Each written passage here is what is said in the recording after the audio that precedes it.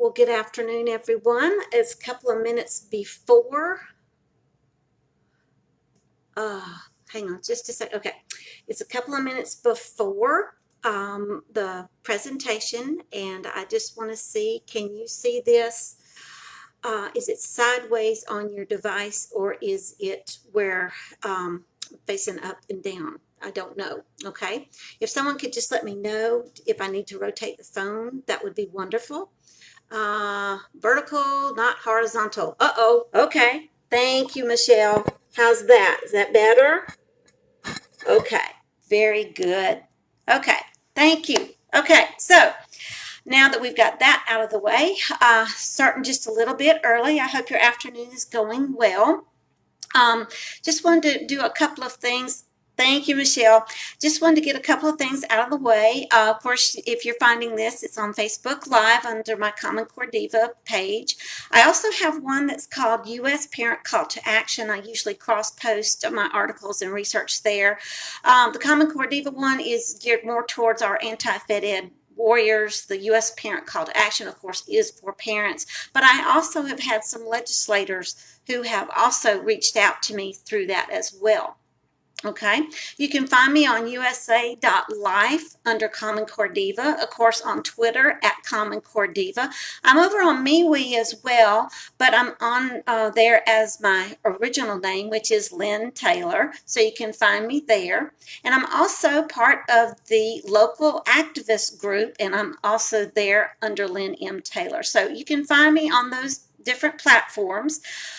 If you see anything that you like about this particular video today, or you've followed me for a long time and you're not sure how you want to go to the PayPal Me platform, I'm not asking for any sort of financial support unless you just feel so led. You know, I've done this for 10 years, and it's been by the grace of God that all my provisions have been made. But I know the more that I'm asked to speak, the more of a strain it puts on my budget. So anyway, got all that business out of the way, so let's get started. Okay, if you were able to find the invitation to this particular presentation, you should have gotten a file that said, you know, here was the worksheet.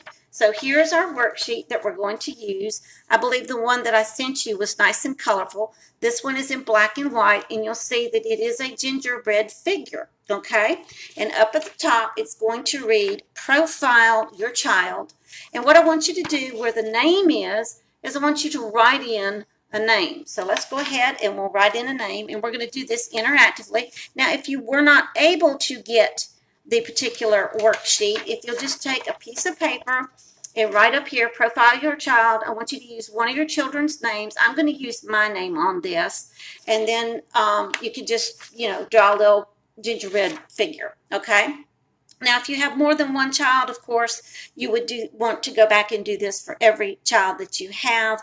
We're just going to use one because it makes a lot of sense for one worksheet, okay? So over on the left-hand side, you should see what you see. Now, you as the parent, what do you see in your child, okay? So take a few minutes and write out what you see about your children. Now, I'm going to use the example of Johnny and Susie because if you read a lot of my research, you know when I talk about students, I usually use Johnny and Susie. So, Johnny, if I were Johnny's parent, I would see that he loves to play. So I'm going to put down here, loves to play. He is spontaneous. And if you know anything about the way the Common Core machine is going, they don't like spontaneous people. All right. Johnny also asks a lot of questions. Again, not a real good thing as far as the Common Core machine goes. What are Johnny's hopes and dreams? Well, he wants to be Batman when he grows up. Now, Johnny is about 5. So for a 5-year-old, this is right on track, okay? So his hopes and dreams, he wants to be Batman. And at 5 years old, why not, okay? And Johnny is like a sponge, okay? if Johnny were my son, he would follow me around and he would ask questions and he would soak up everything that I'm doing and everything that I'm saying. And, you know, that's appropriate for 5 years old. Okay. Now, Susie's my other example. Okay. Now, Susie is about 10. All right. That's what, third, fourth grade? I don't know. She loves music. If you've seen what Common Core has done to music, it has infiltrated the arts quite heavily, especially through the United Nations and STEAM, which is science, technology, engineering, the arts, and math. And so kids are not encouraged to create their own art in music, but they're coached into what type of art and music to be able to complete. All right, Susie's very creative. Now, we know the 3 R's have been replaced by the 4 C's. Creativity is supposedly one of those C's, but it's not the creativity that you and I and people who are older than we are would recognize. This is not the freedom to create. This is the create what you're told to create. All right. Susie is super organized. Well, in the Common Core machine, that's a plus. Okay. And what is her hope and dream? She wants to be a dancer. Okay. If you've noticed what kinds of degrees are flourishing in college, it's not the arts, unfortunately, and that's pretty sad. Okay, so this is what I see from my children. So I've got that side completed. Now, I forgot to tell you, what I want you to do, I think you can see the line. I want you to go a little off center, and there's a reason behind this, okay? So you're going to draw a dividing line from the head all the way down to the feet, okay? And then you're going to separate what you see about your child, and then we've got all this to fill in that the state sees. Now, what do I mean when I say the state? Do I mean North Carolina, Virginia? Do I mean Illinois? I can mean all those things, but when I say the state, I mean the state of education, okay? Now, we know that our state profiles our children through their attitudes, their values, their beliefs.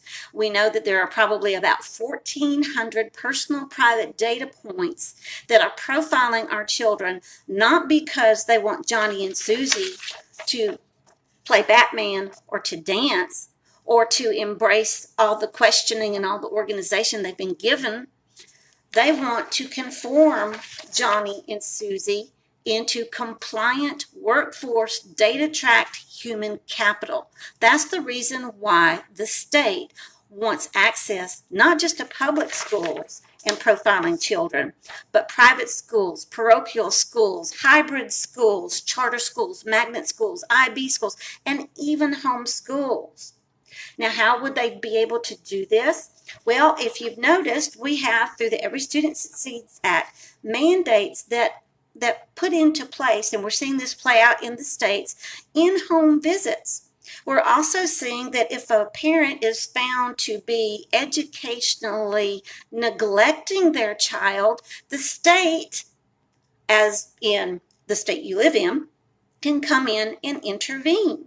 And all this was done under the guise of school readiness or college and career readiness, if you will. Okay. Now, we also know, if you followed me very long, that you're going to see that the Every Student Succeeds Act on page 17 said that all education had to be aligned to the same post-secondary ready standards. And that means that lovely Johnny and Susie, and what we see in Johnny and Susie, by the time the state gets through with them, this line that divides what you see and what the state sees will suddenly begin to shift so much that what you see out of your child will not be those lovely things that you adore about them. It will be what the state has defined them as. And this is very dangerous. And we're seeing this play out through education savings accounts, vouchers, tax credits, special needs funding. We're seeing this played out through Medicaid, Department of Health and Human Services, the Department of Labor, the Department of Agriculture, the Department of Energy, the Department of Transportation, the Bureau of the Interior Affairs, Department of the Interior, that's it, okay, because that factors in all the Native American education as well. So we've got several federal agencies that are sitting here profiling your child. I believe one of the articles that I wrote in the past said that you've got at least 13 different federal agencies who are in this data sharing to conform your child. And if it was just staying within the United States, that would be one thing. But this data goes international, and it does end up in the hands of the United Nations, as well as the Organization for Economic Cooperation and Development. Now, my good friend Allison, who I believe is in Pennsylvania, has done a tremendous amount of work on the other side that we're not seeing to the profile, and that is, and I'm going to draw it in for you, okay, and you can add this to your worksheet as well, is the money side, okay. Now, Allison's been able to find out that all these programs that are coming through all the education choices through the money, what's coming with it is what's called that means. So basically what it means is that you are no longer known as Johnny or Susie or Lynn or Michelle or whatever your name is. You're going to be known by a unique identifier number that with it has data credentials and do, okay? Where you can go, where you can live, all that sort of thing. Okay, thank you, Dina. Is it unfrozen? Let's see. Hang on. I'm having a little bit of an internet problem, so do bear with me. Can someone tell me if we're unfrozen? Okay. How about we pause here for just a second and let me see if I can figure this out. Let's see here. I might need to go back and start over. Hang on. Let's see. Michelle or Dina, can you tell me if I'm unfrozen? Okay, let's see. Let me see. Is it any better? All right, let's see. Whoops, is it better? Okay, it's fine. All right, then I'll keep going. Sorry about that. Somebody said I was frozen. But, you know, sometimes this happens, you know, when we're giving presentations and we say something that those who are against us don't want to know. But anyway, the dollars that are attached to the education savings accounts and to all the other things that are going in with this profiling are creating a human capital profile, not just for your child, but your entire family. And the way I know this is because in the Every Student Succeeds Act, it clearly says that families must be engaged, so they have to be profiled too. So when the state is profiling your child, they're also profiling you and how engaged you are, and are you doing everything you can to make sure that your child is educationally engaged, or are you committing what's known as educational abuse? This should be a huge red flag to every homeschool out there, because what happens when, under the guise of the state, they determine that you're somehow being neglectful where education comes in. Now, I understand we have cases where that is absolutely needed, but what about the parents who are doing everything right and by the book? We should be looking out for those kinds of situations because they are happening. And these in-home visits through the guise of Health and Human Services are increasing. We've got them in several states now, and we're going to see them continue. And this profiling will continue to happen. So let's look at what the state is going to be doing to Johnny and Susie, okay? All right, first of all, they're going to data track, as we've said, 365 days a year and 24/7, okay? So they're going to data track. Well, how do they do that? Well, if your child's gotten a device through a school system or through a school program, if you go to the library and use a particular program at the library or the museum or in after-school programs or extracurricular programs, you'll be able to be tracked. Especially if those devices come home with you, okay? You also are going to see that this data tracking creates an immovable path for a mobile person. Now, what I mean by that is the data tracking will confine you based on algorithms of how you're responding to questions. You know, what are your biometrics? Are you blinking your eyes a lot? Are you fidgeting in your seat? Are you using your hands to talk? You know, those sorts of things. And those don't sound so bad, but in some states, we've got the biometric data tracking that is crossing a line into bodily fluids. Swabbing cheeks for cortisol levels, taking blood to check for diabetes. Okay, in a doctor's office, no problem. Shouldn't be happening. In school, should be happening. In school, no, it should not. It should not be happening in schools, especially under the guise of the supposed student readiness. All right, I'm going to get a drink of water. I hope you have brought something with you to take notes or to share this with. Share it with someone. If you have a drink of water, go ahead anytime. If you got a question, anytime. A comment, let me know. Okay, it's a lot of information. All right, now on our worksheet, we're going to cross out the word, because this says what North Carolina sees, because that's where I live. We're going to cross out the word sees, and we're now going to insert requires. So this is what my state requires of my children, Johnny and Susie, okay? And that is in big letters. Oops. I hope you can see that. Rigor. Ugh, we hate that word. We do, because it goes against everything that we see in our kids. At 5 years old, should Johnny be rigorous? No. At 10 years old, should Susie be rigorous? No. Okay. All right. So the rigors of what's known as CCR, or college and career readiness. Okay. So we're going to write that out. College and career readiness. Okay, because they have to be ready for those 21st century jobs. So we've got rigor under the guise of college and career readiness. All right, we also have skills. Now, so far we've not talked about academics, because academics are being squeezed out by skill-based education. This is where those 4 C's come in. And let's see here. Do I have those written down? Yes, I do. Create what you're told. Critical thinking, or what to think, not how to think. Collaborate, because after all, you as an individual don't really matter that much.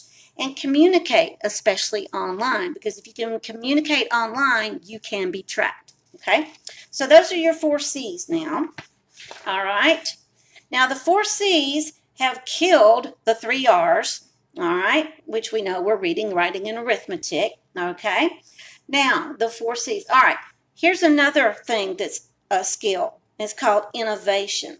Now, I've written several articles that tell you innovation is a buzzword the federal government uses and our states use to have a blanket excuse to update data mining that's going on. Okay? It's coding you, it's tracking you, and it's spying on you. All right? Thinking is another skill. Again, not so much how to think, but what to think. All right, the skills in media and technology. All right, so at 5 years old, Johnny's going to get nothing but media and technology. He's not going to get how do I, spell my name, or how can I read a book. All right, and then they're supposed to problem solve. Okay, now at 5 years old, problem solving is not really appropriate, simply because of the age and the critical and the stage of development. So these are our skills that my state now it doesn't see, it requires. So now I have rigor for college and career readiness, and I have skills. Okay, no academics whatsoever. All right, now supposedly academics are woven in, but very, very little and few and far between. Okay. Now, the other thing that the state requires is known as character. And this is where our social and emotional learning is popping up, because after all, we have to educate the whole child, because after all, we've not been educating the whole child for all these years. Who'd have thought? Okay. Every one of these is based on the Consortium for Academics, Social and Emotional Learning, or CASEL, okay? And we've had lots of people write lots of truthful things about CASEL, and it's a very, very nasty bunch, all right? The character that Johnny and Susie are supposed to have, or your child in your worksheet, they're supposed to be self-directive. Now, at 5 years old, have you ever seen a child successfully direct themselves through much of anything? It is possible, but it shouldn't be pushed, okay? Because at 5 years old, we're still learning so much about ourselves if we're that person. And if we're that parent, we are trying to instill in them the family values and the beliefs and the attitudes, all right? They're supposed to be global in their character as well. What is a global character trait? What is that?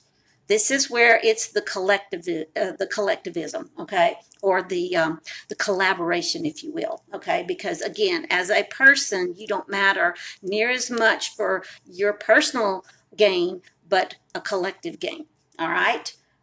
Here's another word we hate, grit. Grit is a character trait. Are you kidding me? No, grit is not a character trait. Not for a 5-year-old, not for a 10-year-old. It might be for a 40-year-old, but let's think about it. A 40-year-old has had time to mature and to develop and to properly, in an appropriate manner, be able to handle life situations, okay? And the last character trait, you're going to love this one, is work. Okay, so there's my worksheet, okay? This is what your state, no matter which state you're in and watching this from, if you're a leader, if you're an official, if you're an elected person, if you're a school board member, or just a parent, and it's not just a parent. Parents are rock stars, okay? We've got parents in New York right now who are standing up for their kids, and we need to stand up for our kids as well, okay? But look at this. This is what my state requires. A data tracking system with a common identifier number to put me into human capital so I can be a workforce widget. I've got rigor through college and career readiness. I have skills that do not include academics or limit them. And then I have character traits that are absolutely mind-numbing character traits. What happened to a character trait like trust? What happened to fun? I mean, fun could be a character trait because let's face it, we know some people who are pretty funny. That's a character trait, is what should be instilled at home, not through the state, okay? Now, we're not done with our worksheet, okay? So here's a question that you can ask not only yourself, but your school officials, okay? So when it comes to my child's attitudes, values, and beliefs, who gets the final say? Is it the state, or is it me as the parent? Who loves that child more? Now, the state is thinking, because of education and the whole child, that it is somehow a better parent than you are. Because one of the things that every student succeeds at through that family engagement is that if mom and dad are not the parents the government thinks they should be, and this is playing out in those in-home visits as well, then guess what? There's a government parameter for you to subscribe to as the parent so that you can be a better parent, but not a better parent as you were called to be, a better parent that the state says you should be. Are we noticing the way our freedoms are being attacked, not just for our children, but for ourselves? I mean, this is the writing that is right in front of us. It's not on the wall back there. It's right in front of us. It's in here. It's what our state is doing to our children and to our families, and ultimately to you as the parent, because after all, a global collaborative society for the greater common good cannot exist if you have a nonconformist or someone who goes against the grain. And I'm saying that it is time for us as parents to not only go against the grain, but to absolutely gather in number and revolt against this state system that is killing our kids, figuratively and literally. Okay, so you've got that one question. When it comes to my child's values, attitudes, and beliefs, who is ultimately in charge? Who's making those decisions? And if it's not you, make it you. If you've got a person who's running for a campaign if you're having a person who's running a campaign right now for an elected office, and they're not talking education like you and I are talking education, make it happen. Because if they're not talking it, it's not on their radar, and it should be on their radar. We cannot call them leaders when they're leading us down a state-confined, mandated system. We have got to be able to say, no, if you're going to represent me, if you're going to be there for my family, then you need to do it my way, because there are more of us than you, and we pay your salary, okay? And if they're not doing the job, ladies and gentlemen, fire them, okay? All right. We've already said that the 4 C's killed the 3 R's. Now, that pretty much wraps up this particular worksheet. Now, the line that I told you to draw down the middle, of course, we know it's not absolutely centered, okay? So that should show us right there that the state has more of our kid than we do, okay? They require more of our children than what we see. And what we see is not playing into how the state treats them. And the reason that is a problem is because if you have done educational research and workshops and things, then you're going to know this particular book. And this is a book that I wanted us to get a little into. And it is an old book. My copy is totally beat up, as you can see, but it is The Way They Learn by Cynthia Tobias. And if you want to see just how bad our system has educated not only our children, but our young people and our teachers, read this book. For example, okay, we saw on our worksheet that Johnny and Susie are lovely individuals. They have so many neat and cool things about them, and they want to do some neat and cool things. But by the time the state gets through, there won't be neat and cool things for them to do. What will happen to them is they will be forced to go into some form of career track education that may fit what they want to do. More times than not, it will fit what the test says they should do. And their education will become a lifelong track, not of a love of learning, but of indentured servitude, okay? So the reason why I say this particular book is because it tells us that we basically have 4 different types of ways that we're hardwired, if you will, okay? Some of us are abstract, some of us are concrete, okay? The particular Common Core machine career college readiness does not honor abstract and concrete. It only goes to one way to learn, because after all, you're only there to earn, okay? So learn to earn, that is another Organization of Economic Cooperation and Development term. It's another way to look at human capital, which is what we're being seen as, which is why we have so many dollar signs attached to our kids in one way or another. And they're also attached to us as well. Okay, so you have some people who are what's known as dominant concrete sequential. This means that you're very practical, you're very hands-on. If you've noticed the Common Core way of learning, hands-on is celebrated, but it is through a confined workforce system.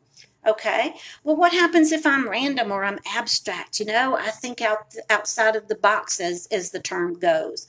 Okay, when I'm a person like that, I like to listen sincerely. Well, if I'm not listening with my ear, but with the state's ear, what am I hearing? I'll tell you what you're hearing. You're going to hear social justice. You will not hear freely and independently, okay? You're going to have a good communication system with everyone. Well, the Common Core machine sees communication only in one way, and that is that you have to be in some sort of managed group, okay?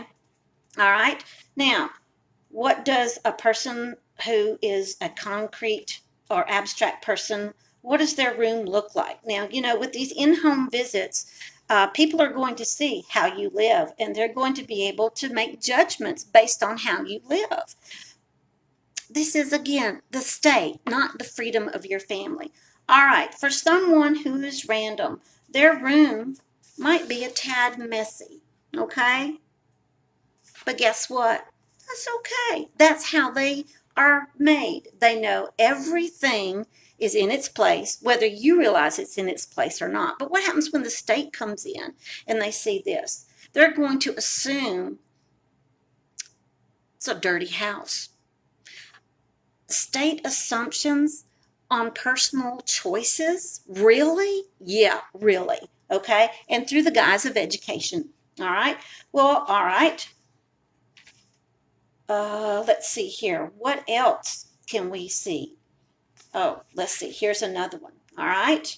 If you've got someone who is very, very, shall we say, scattered, okay? They're brilliant, but, you've heard the tales about all the artists, brilliant creators, but absolute slobs as far as their living environments. There you go. See, even more messy. Again, what is a state official going to think when they see that? How are they going to, put that into measurable grit or character? Okay, they're going to make blanket assumptions, and those blanket assumptions will be what is, prescribed that your family needs to do to be school ready. It's a terrible, terrible system, ladies and gentlemen. Okay. Now, what do we mean by global? That was supposed to be one of these character traits up under the rigor and the grit and all that kind of stuff. So what's a character? How global? So what is global? All right. Global strength. If you see the big picture, see relationships, cooperate in group efforts. If you can read between the lines. Now, ladies and gentlemen, let me pause for just a second. Common Core English Language Arts do not teach you to read between the lines. They teach you to read what's on the line. And if you're asked a question that is not exactly like it is in the book, the children cannot answer it. This is not reading between the lines as globally it should be, okay? Sense of fairness. Well, that's been turned into social justice. Seeing many options. No, pretty much the state's way, okay? Can you do several things at one time? We like to call that multitasking. Well, I don't know. Have you seen many Common Core grads be able to handle things a lot at the time? All right. So this is how wonderful ways that we can learn have been bastardized by the Common Core machine. Okay. Now, does anyone have a question or a comment about anything that we've covered so far? Because I'd love to hear what you're seeing in your state as far as, what's going on in education. Are you seeing this spill out in your churches? Because you know what? The churches are actively cooperating with the dumbing down, if you will, our libraries, our museums, all of it, because, it's what the government pays them to do. But it's absolutely abysmal that the church is aligning with a lot of this. And then a lot of what they're doing is through the social and emotional or the resilience movement. Because after all, a child's heart should be in the right place. Well, if the church is kowtowing to the federal government is manipulating the church, not the church leading the child's heart. You see where I'm going? So, does anyone have a question or a comment?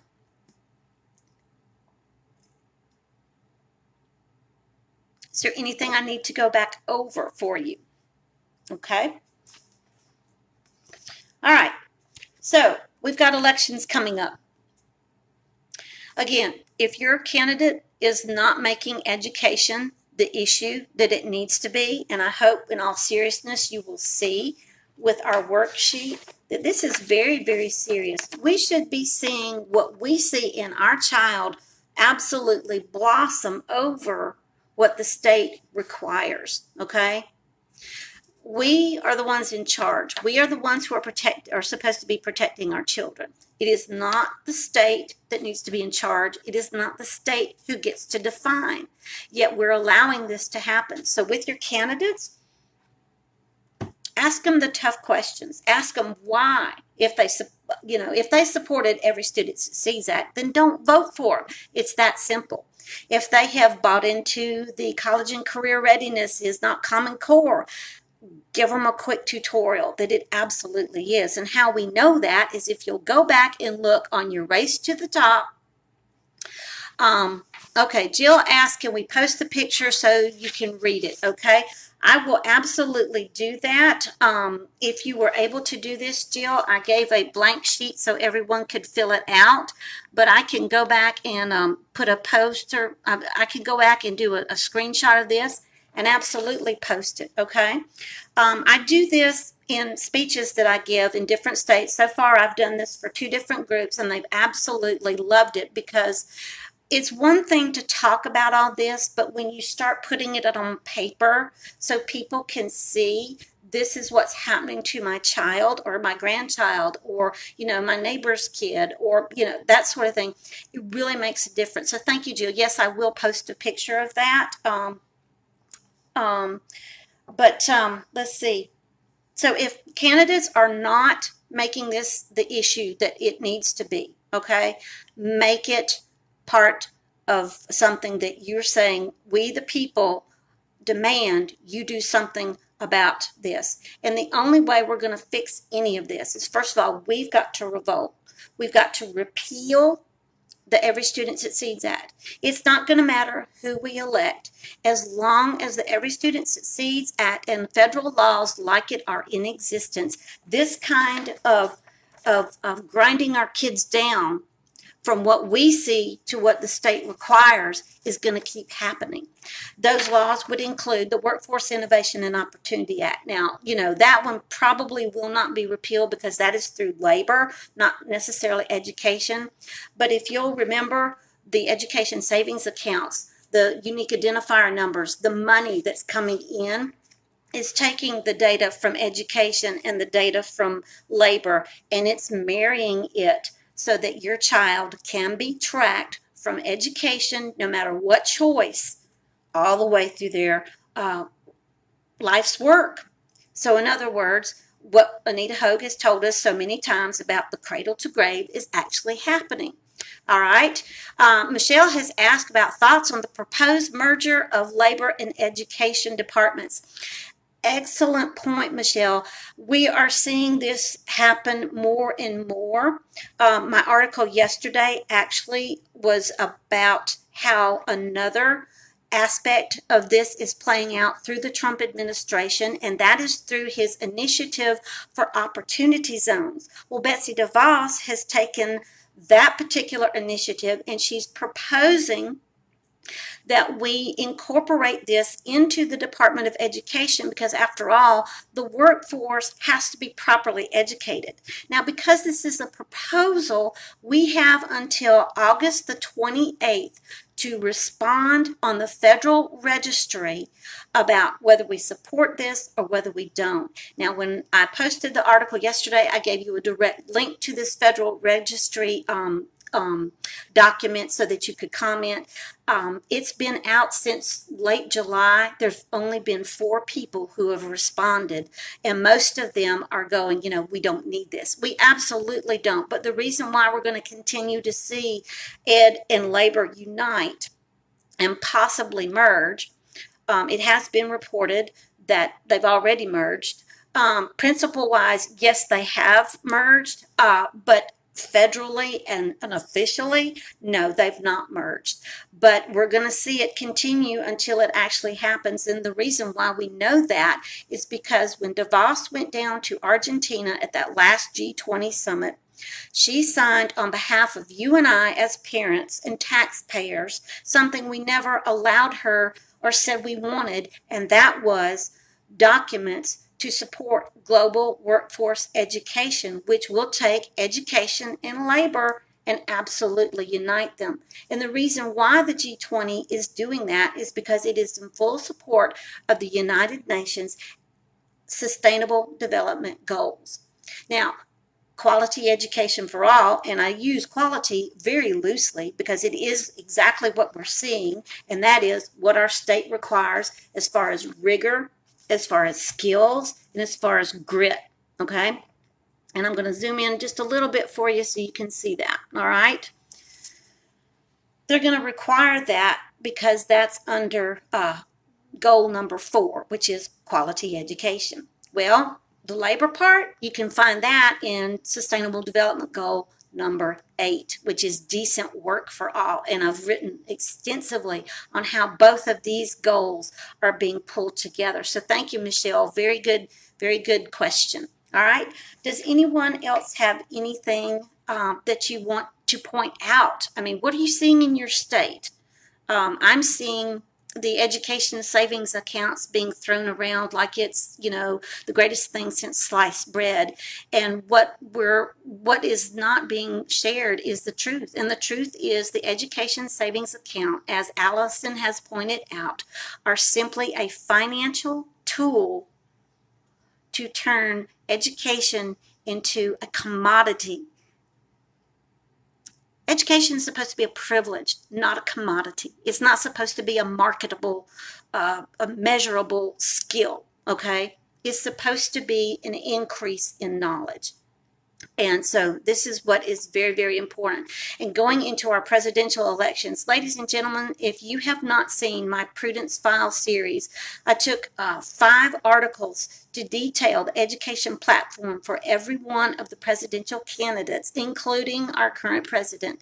And the honest truth is, whether independent from the business world or the political world, whether Republican, whether independent or Democrat, the absolute bottom line is the status quo will continue.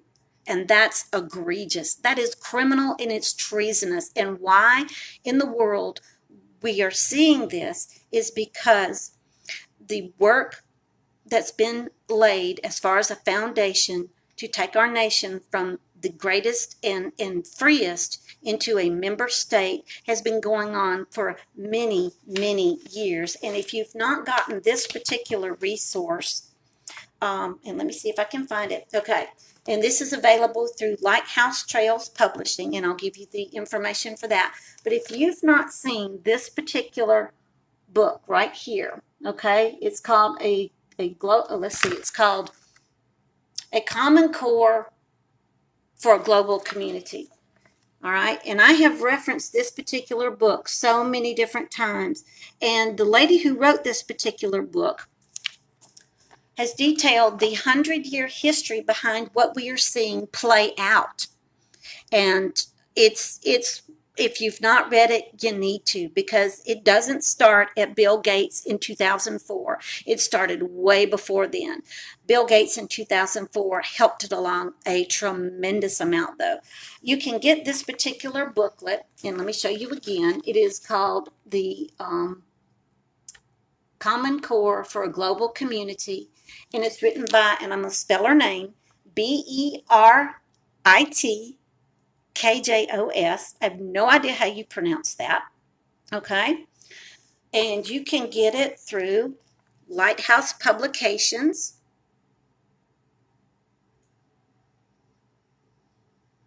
Okay. And the last time I bought a bunch of them, they were $1.95, and I handed them out. So, you know, when you see people who are thinking that, oh, Common Core's dead because Betsy DeVos said so, and because Every Student Succeeds Act killed it, then I want you to know you've been lied to, okay? It codified it. When people say that Every Student Succeeds Act replaced No Child Left Behind, it codified it. When people tell you that education savings accounts are giving you choices that you've never had, they're lying. It's a pay-for-success system that is rooted in every ism but patriotism. Okay, it's not giving you a choice because Every Student Succeeds Act has one way to learn so that you can earn. Now, Jennifer has pointed out, if you do not comply, take the surveys and answer the way they think you will, which is the state, then you will not get the job you want. And that is absolutely true. If you've not seen it, there is a chilling YouTube promotional for the Work Keys assessment, and there is this employer, and he's sitting there and he's telling you, if you don't take the Work Keys assessment, you can't get the job training, and if you don't get the job training, you don't get the certificate, and if you don't get the certificate, you might as well not even apply for a job. Well, now that's his take on it, but here's our take as those who are fighting back. What happens in reality when I don't get a job? I cannot pay my bills. I cannot feed my family. Oh, but there's the state. Oh, we'll feed you, we'll clothe you, we'll even, tell you how to think and how to conform. And that is exactly what we're seeing. And we're seeing that through the Medicaid funding, that our schools are being turned into certified mental health and wraparound health services centers. Again, where are the academics? Where's the fun? Where's the recess? Where is the child being able to be a child? So the state is winning right now, but we, the parents, have the power to win even more so. We've just got to exercise it, and we've got to raise the stakes. The machine, the Common Core machine, has certainly raised the stakes, and that is that, every person is worth billions of dollars of data. We've got to show that our kids are priceless, and they can't be confined and conformed, not the way the state is doing. Okay, does anyone have anything else? I hope that you will be able to share this. I hope that you have found that this particular worksheet has been helpful. We're going to go over it real quick, okay? We'll go over it again. That way, if you came in late, you'll know exactly what we were doing. Okay, what we were doing was, if I provided this for you in the invitation, there was a PDF file that I uploaded. It was a gingerbread figure. And what we have done is we're profiling our child from a parental viewpoint. And what we did was we took a line and we took it just off center. If you'll see, we took it just off center. And then we put over here, this is what I see as the parent. And then over here, we put what the state requires. Not what the state sees, not what the state tells you they want to see your child become, which is go look at your state department's Department of Education. Look at their tagline. Look at their logos. It's not about academic prowess. It's about global workforce. It's about, that global citizenship. So what we did was we put our name on there, or our child's name we were using, and then we were putting down what we saw. And in this example, I used Johnny and Susie because in my writing, I use Johnny and Susie quite a bit. And Johnny's 5. Susie's about 9 or 10. Johnny, what I see in him as my child is he loves to play. He's spontaneous. He questions everything. And his hope and dream is to become Batman. Now, Susie loves music. She's creative, wants to do all kinds of lovely things, but she's very organized as well. And her dream is to become a dancer. Now, these are lovely things that we see in our children. These are things we want to encourage. Meanwhile, the state over here is saying, well, all that's fine and well, but we don't need any of that. We're going to come over here and we're going to give Johnny and Susie rigor for college and career readiness, okay? Then we're going to have skills that we must require of them. Those 4 C's are the ones that kill the 3 R's, all right? Reading, writing, and arithmetic. And those 4 C's are create, but not create what you feel, create what you're told, okay? Critical thinking, again, not how to think, but what to think. Collaborate, because as a person, you don't really matter, but as a collective citizen, yeah, you do. And then communicate, especially online, because as we know, if we're communicating online, we are data tracked 365 days a year, 24 hours, 7 days a week. And if you don't believe it, do a search on your device. Wait an hour or 2, and then go back and look at some of the things that are now suggested for you to look into, okay? It's absolutely freaky. Through education, though, much, much, much more sinister. 1,400 personal, private data points on values, attitudes, beliefs, on your biometrics. This is insane. Absolutely insane. And this is what the state's requiring. All right. Now, the other thing that skill-based that the state requires is going to be innovation. And if you've read my stuff long enough, you know innovation is code for data tracking. All right. Thinking, again, not so much how to think, but what to think. You're skilled in media and technology. What happened to being skilled in how to read, how to spell, how to add? Those are some good skills. Okay. And then the last one is problem solving. Now, we know the Common Core machine has totally ruined how to really problem solve, and it's gone into, well, put down whatever you think it is, okay? And then the last thing the state is requiring is character. Now, remember, character should be over here with the family. It's over here with the state. And notice grit. Notice grit, okay? That's terrible. But it goes right up there with rigor, all right? Our character is supposed to be self-directive, global, and work. That sounds absolutely an awful way to be a 5-year-old or a 9-year-old. And this is what the state is doing. And again, as the state continues in this track, if we don't stop it, what we see over here will be totally taken over by what they require. So we've got lots of work to do. So what I would like you to do is to be able to share this information because it's absolutely vital. If you would like me to come visit your group and we take this particular activity and we give it to more people and we talk about some more action steps, I would absolutely love to do that. Jill, I will absolutely post this particular picture so that you can see it after the presentation. Again, you can find me on Twitter at Common Core Diva. You can find me on USA.life under Lynn M. That's Common Core Diva as well. You can find me on MeWe at Lynn M. Taylor.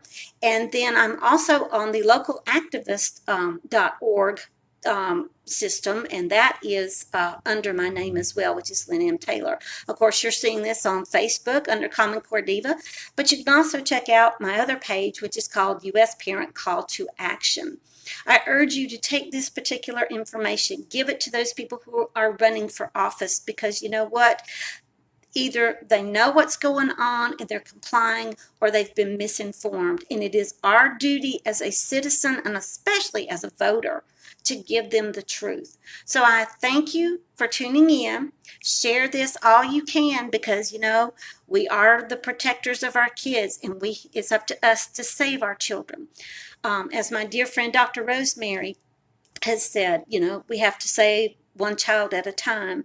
As my friend Karen has said, you know, we have to starve the beast. As I'm telling you, we have got to revolt, and we have got to demand a repeal of the Every Student Succeeds Act. We absolutely do. So carry on, my dears, and thank you so much for tuning in. I will talk to you later.